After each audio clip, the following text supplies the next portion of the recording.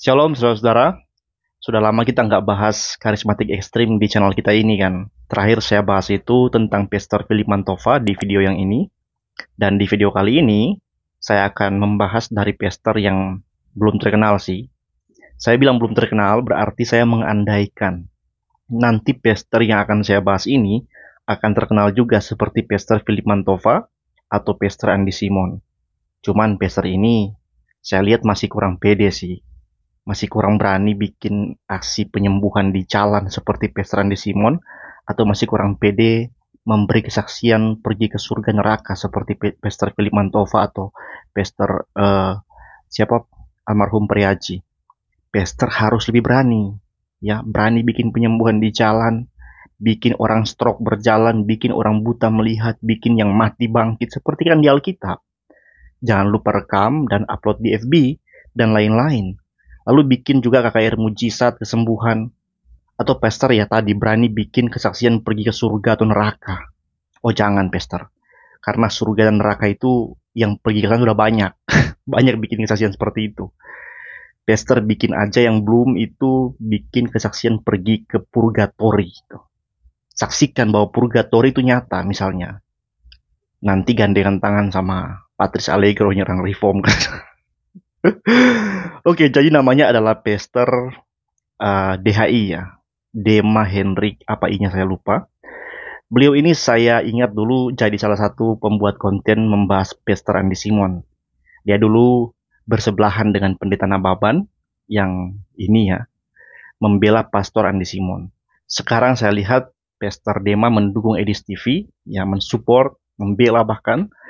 Tapi saya lihat Pak Nababan kurang, tidak mendukung Edis TV. Jadi sekarang mereka berseberangan.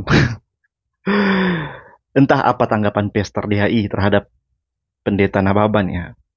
Tapi akhir-akhir ini, ya tadi saya lihat Pastor DHI membahas Islam di channelnya dan rupanya karena itu dia juga jadi pembela Edis TV terkait polemik penyaliban Yesus ini. Dan mungkin ketika viral pernyataan Edis TV, ya dia bisa ambil ini sebagai kesempatan untuk membahas lagi terkait Calvinis. Karena yang ya kita tahu yang mengkritik Edis TV kan rata-rata hampir semua dari ya kami Reform Calvinis. Nah, jadi beberapa hari yang lalu di grup saya dan teman-teman ada yang mengirim video yang menurut saya cukup menarik untuk kita reaksi, kita reaction gitu. Yesterday ini membuat sebuah video yang menyerang teologi Reform dengan eksplisit menyerang tokoh-tokoh Reform Indonesia seperti Pendeta MYM, Pendeta Stephen Tong, dan ini menarik saudara-saudara. Jarang ada pendeta karismatik ekstrim seperti Pastor DHI ini yang berani terang-terangan menyerang Protestan Reform. Saya pribadi sebenarnya masih mengakui ada sejumlah gereja karismatik yang baik dan luar biasa dalam pelayanan. Gereja-gereja karismatik yang secara teologi yang dianutnya adalah teologi Protestan Reformasi. Hanya ada beberapa dari segi liturgi dan bagaimana pemahaman tertentu terkait dinamika penjelasan tertentu mengenai pekerjaan karunia Roh Kudus, seperti misalnya gereja Pendeta Mel Atok dan banyak lagi yang lain. Tentu mereka adalah gereja karismatik dengan tradisi teologi yang baik dan banyak hal yang harus kita apresiasi, bahkan mungkin harus kita pelajari dari mereka. Tapi yang seringkali saya pribadi kritisi dan harusnya kita semua orang Kristen kritisi adalah yang saya sebut ya karismatik ekstrim, yaitu karismatik yang mengajarkan yang sudah nggak sesuai dengan ajaran Kristen yang universal, khususnya mengenai doktrin sola scriptura misalnya, di mana di gereja itu gembala atau pendeta atau pastor itu sudah dianggap mutlak benar dan harus dipercaya perkataannya. Bahkan apa yang dikatakannya dianggap benar dan menjadi dogma yang nggak boleh ditolak atau nggak boleh dipertanyakan lagi dalam gereja mereka. Seperti ada pendeta yang mengaku pergi ke surga dan mendapat mandat untuk menggunakan minyak urapan. Dan akhirnya dalam gereja tertentu, minyak urapan tersebut menjadi semacam kepercayaan khusus, kepercayaan khas dalam gereja itu. Tidak peduli apa ajaran Alkitab mengenai minyak urapan, apa ajaran yang sebenarnya mengenai minyak urapan, bagaimana teologinya, bagaimana praktiknya yang sebenarnya di Alkitab. Mereka nggak peduli, pokoknya mereka percaya apa ajaran atau penglihatan atau mandat dari pendeta mereka itu. Nah itu kan sebenarnya sudah nggak lagi menjadikan Alkitab sebagai otoritas ya. Meskipun banyak di antara mereka mengakui Alkitab adalah dasar iman yang harus dipercaya. Tapi mereka menggunakan Alkitab untuk memberikan kepada mereka, ya, hamba-hamba Tuhan mereka menggunakan Alkitab untuk memberikan kepada diri mereka otoritas yang tinggi di samping Alkitab. Ya, kepada diri mereka, sehingga jemaat malah sudah melihat diri para hamba-hamba Tuhan ini, mereka ini, sebagai penafsir utama yang paling benar dari Alkitab dan gak boleh lagi diuji atau diperdebatkan atau dikritisi. Makanya PSDH ini misalnya ya, contohnya, dia sangat tidak suka dengan reform Calvinis ya, apalagi Calvinis. Dia paling gak suka karena di Indonesia tokoh Kristen yang paling kritis dan keras menentang ajaran-ajaran teologi yang tidak sehat selama hampir 50 tahun terakhir ini, kita mengetahui dari orang reform Calvinis. Ya, siapa lagi kalau bukan Pendeta Serentong kan? Kemudian berurutan juga Pendeta MYM, Pendeta Budi Asali, Pendeta Esra Sorwa. Nah, jadi meskipun mereka ini mengakui Alkitab sebagai otoritas tertinggi, tapi mereka menggunakan otoritas Alkitab untuk memberikan kepada diri mereka otoritas tertinggi yang lain. Mereka mengutip banyak ayat untuk mendukung klaim-klaim dan ajaran-ajaran mereka, yang seringkali masalahnya adalah mereka kemudian tidak mau jemaat menguji atau memprotes ajaran mereka. Jadi kita semua bebas memang untuk menafsir, untuk mengartikan apa kata Alkitab. Kita semua punya hak untuk itu. Tapi jangan menutup diri bahwa ketika kita mendapatkan sebuah pengertian, kita mengatakan ini sudah pasti yang paling benar dan gak bisa lagi diperdebatkan. Itu kan jadi semacam semangat kultus ya. Kultus kan begitu kan rata-rata kan. Mengakui Alkitab sebagai firman Tuhan, tapi mereka menjadikan diri mereka sebagai ya hamba-hamba Tuhan mereka, pendeta mereka atau gembala mereka, atau pemimpin kultus mereka lebih tepatnya, sebagai otoritas yang tertinggi di samping Alkitab, yang bahwa hanya dialah yang benar untuk mengatakan apa kata Alkitab. Gak boleh diuji, gak boleh diperdebatkan. Siapa yang menguji, memperdebatkannya akan dikutuk atau disumpahi atau diekskomunikasi dan sebagainya. Hamba Tuhan harus siap diberi masukan, diberi kritik, saran, bahkan harus siap introspeksi diri ketika salah dalam moral, apalagi ajaran. Oke? Ya, jadi maaf ya, sedikit lama pengantarnya. Sekarang mari kita kembali ke laptop. Kita akan mendengarkan apa yang dikatakan PSDHI terkait keselamatan dalam iman Reform Calvinis. Mari kita nonton. Salam saudara terkasih dalam Tuhan Yesus Kristus. Salam jumpa bagi saudara seiman dimanapun saat ini berada. Kami baru saja selesai melakukan pelayanan keberkatan nikah saudara. Dan hari ini saya ingin berbicara kepada saudara semuanya, pengikut Tuhan Yesus dari berbagai denominasi dimanapun saat ini berada. Ya, saya ingin menanggapi oknum-oknum reform yang sering menyindir karismatik, saudara. Saya ingin berkata kepada Anda semua, khususnya kaum Calvinis, bahwa sebenarnya Calvinis itu masih abu-abu. Ini menurut saya, kenapa saya bilang masih abu-abu? Karena kalau kita kembali kepada predestinasi, keselamatan itu adalah kedaulatan Tuhan. Saya ingin berkata kepada Anda semua bahwa sekalipun Anda mengatakan Anda akan selamat, tapi kalau tidak dalam kedaulatan Tuhan, Anda bisa saja tidak selamat. Ya kan? Jadi menurut saya ajaran ini tidak sesuai dengan apa yang saya yakini. Nah, jadi begini saudara-saudara. Dalam teologi reform, kita percaya bahwa keselamatan yang Allah anugerahkan kepada orang pilihan tidak akan melepaskan orang itu dari aspek kehidupan dia sebagai orang percaya. Aspek pengetahuan, aspek bagaimana dia hidup sehari-hari, bagaimana dia memahami isi firman Tuhan. Dan tidak mungkin ada keyakinan yang sungguh dalam diri seseorang akan keselamatannya terlepas dari bagaimana dia hidup. Adalah satu kebodohan ya. Kalau ada orang yang hidupnya tidak percaya Tuhan, tidak mengenal Tuhan ya, meskipun mungkin dia mengaku orang Kristen, tapi dia hidup sehari-hari hanya berbuat kejahatan, hanya berbuat yang tidak baik, tidak mungkin dia sendiri akan merasa dirinya akan diselamatkan. Ya, tidak mungkin, kecuali dia menerima ajaran sesat. Ajaran sesat yang mengatakan bahwa di dalam Yesus kita bebas berbuat dosa. Tidak kan? Jadi ketika orang mengatakan dia yakin dia selamat, itu pasti terikat dengan aspek-aspek kehidupan rohaninya, aspek-aspek kehidupan imannya. dia orang yang pasti sudah bertobat, sudah menerima Injil Yesus Kristus, dia pasti sudah hidup dalam ketekunan iman, dia pasti akan terus berusaha mencintai kebenaran dan membenci yang dosa, dan dia akan terus terdorong untuk membaharui hidupnya di dalam Kristus hari demi hari. Nah, ketika dia melakukan itu dan ditanya apakah engkau yakin kau selamat, dan dia paham ajaran yang benar bahwa kita diselamatkan hanya oleh iman, itu karena kasih karunia Allah dalam Kristus, kita dipilih dari semula, dan kita percaya bahwa ketika kita beriman, kita hidup dalam keharmonisan dengan Tuhan, dalam dinamika penyertaan Roh Kudus, maka saudara-saudara, dia bisa untuk mengatakan bahwa ya, saya yakin saya selamat, dan benar dia selamat. Jadi, kedaulatan Allah sekali lagi tidak terlepas dari segala aspek-aspek itu ya. Oke, PSDHI, semoga Anda paham ya. Lanjut.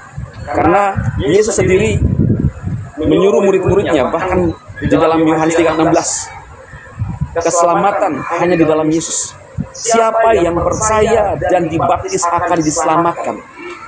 Jadi jelas, keselamatan itu kembali kepada umat manusia. Umat manusia mau memilih untuk diselamatkan atau masih abu-abu seperti ini. Nah, jadi dia mengatakan bahwa karena kita yang memilih percaya atau tidak, maka itu bergantung kita. Apakah benar demikian? Pertanyaannya, bisakah seseorang memilih ketika dia tidak punya pilihan? Artinya ada orang-orang di tempat di mana dia tidak pernah mendengar Injil. Dia tidak pernah mendengar tentang Kristus Yesus. Dan hidupnya, ya pokoknya dia hidup, kalau mau bilang gak berdosa, ya pasti berdosa juga. Gak ada manusia yang benar kan kata Alkitab. Gak ada orang yang bisa sungguh-sungguh dengan perbuatan baik sempurnanya melakukan kebaikan seumur hidupnya untuk mendapatkan keselamatan. Saudara-saudara, logika yang sudah sering kali saya bilang ya. Sedangkan di Taman Eden aja hanya ada satu aturan, ya, jangan makan buah terlarang. Kita manusia, ya manusia waktu itu Adam, perwakilan kita, masih toh melanggarnya.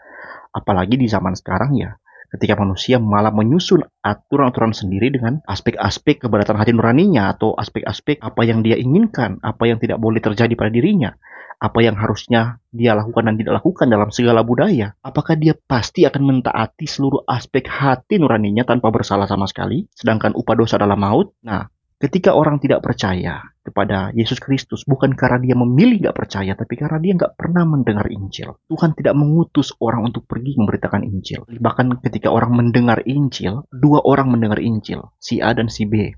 Si A mendengar Injil yang sama dengan yang si B. Bedanya si A tidak percaya, si B percaya. Apa yang membedakan? Apakah itu berarti mereka semata-mata mengambil keputusan bahwa si A tidak percaya, si B percaya? Atau ada aspek-aspek yang lebih luas yang memang menahan si A tidak percaya dan si B bisa percaya?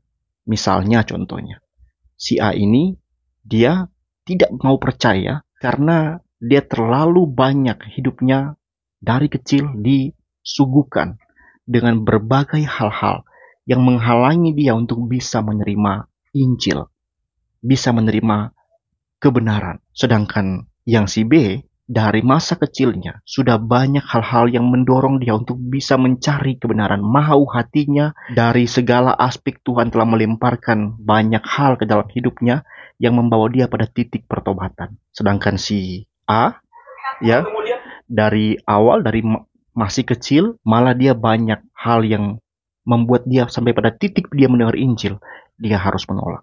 Aspek-aspek ini, saudara, seringkali nggak bergantung kita.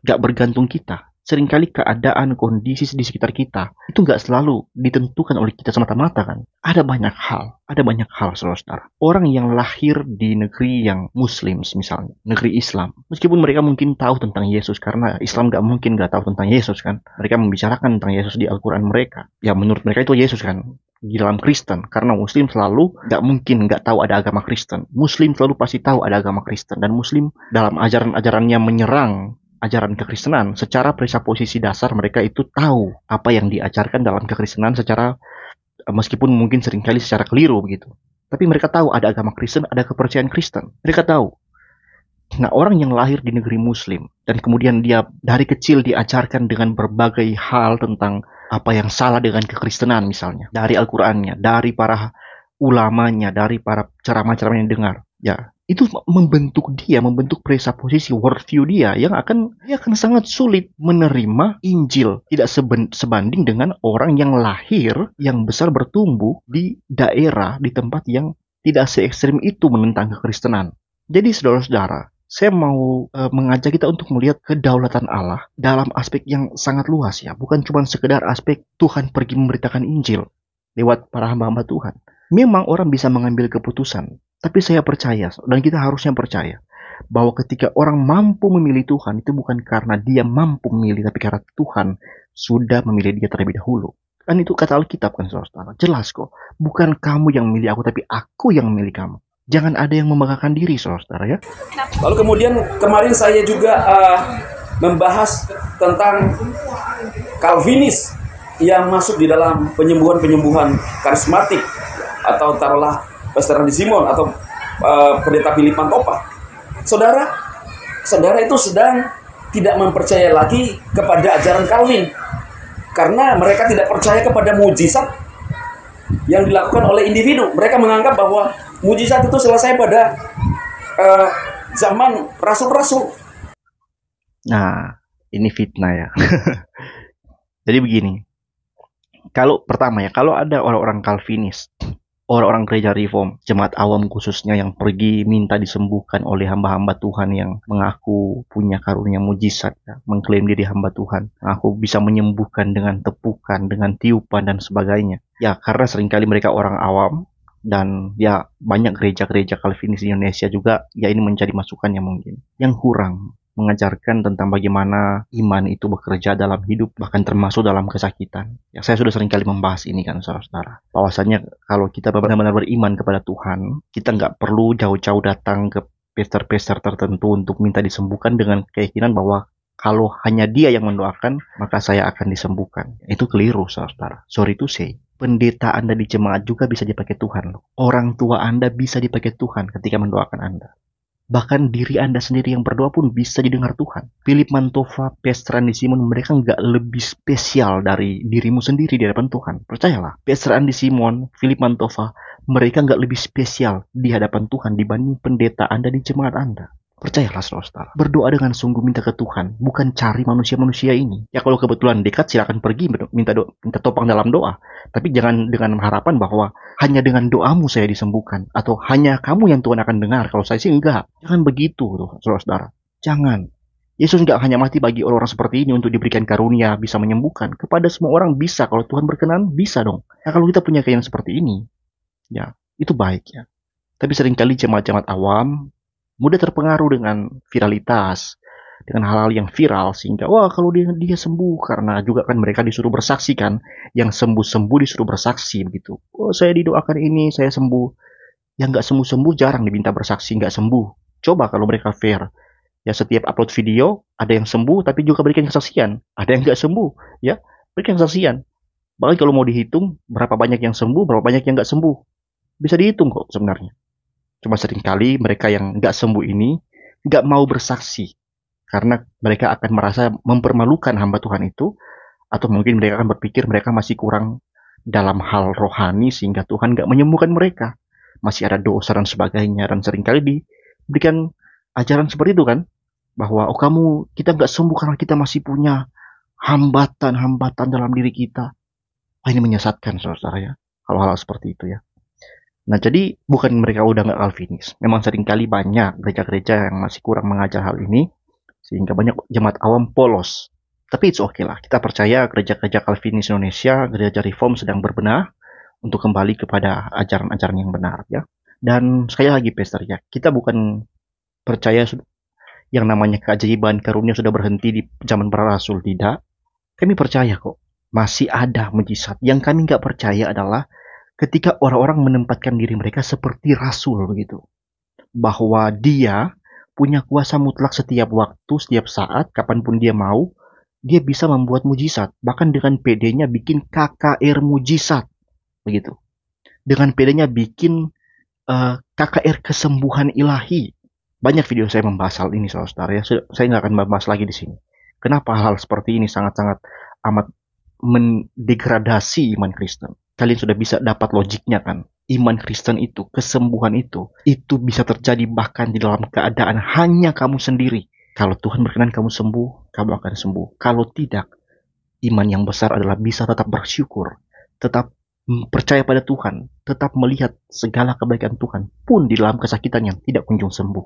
Orang yang tidak sembuh, meminta pada Tuhan, berdoa, berpuasa, tapi tetap tidak sembuh, dan dia tetap punya iman yang kokoh pada Tuhan, tetap bisa bersyukur, maka dia sudah punya kesembuhan yang sejati sebenarnya. Karena relasinya dengan Tuhan tetap baik, meskipun Tuhan tidak memberikan kepada dia kesembuhan fisik, tapi Tuhan sudah memberikan kepada dia kesembuhan jiwanya, keselamatan jiwanya, di mana dia tetap bisa bersyukur, memuji Tuhan, berterima kasih, pun dalam keadaan sulit. Dan Pastor Dema, ya jangan selalu membawa kekristenan kepada sesuatu yang bombastis tapi kosong, hanya membuat orang malah tidak bisa memiliki iman yang benar, iman yang kokoh seperti yang saya bilang tadi. Pokoknya kalau beriman pasti sembuh, itu kan iman yang lemah, saudara.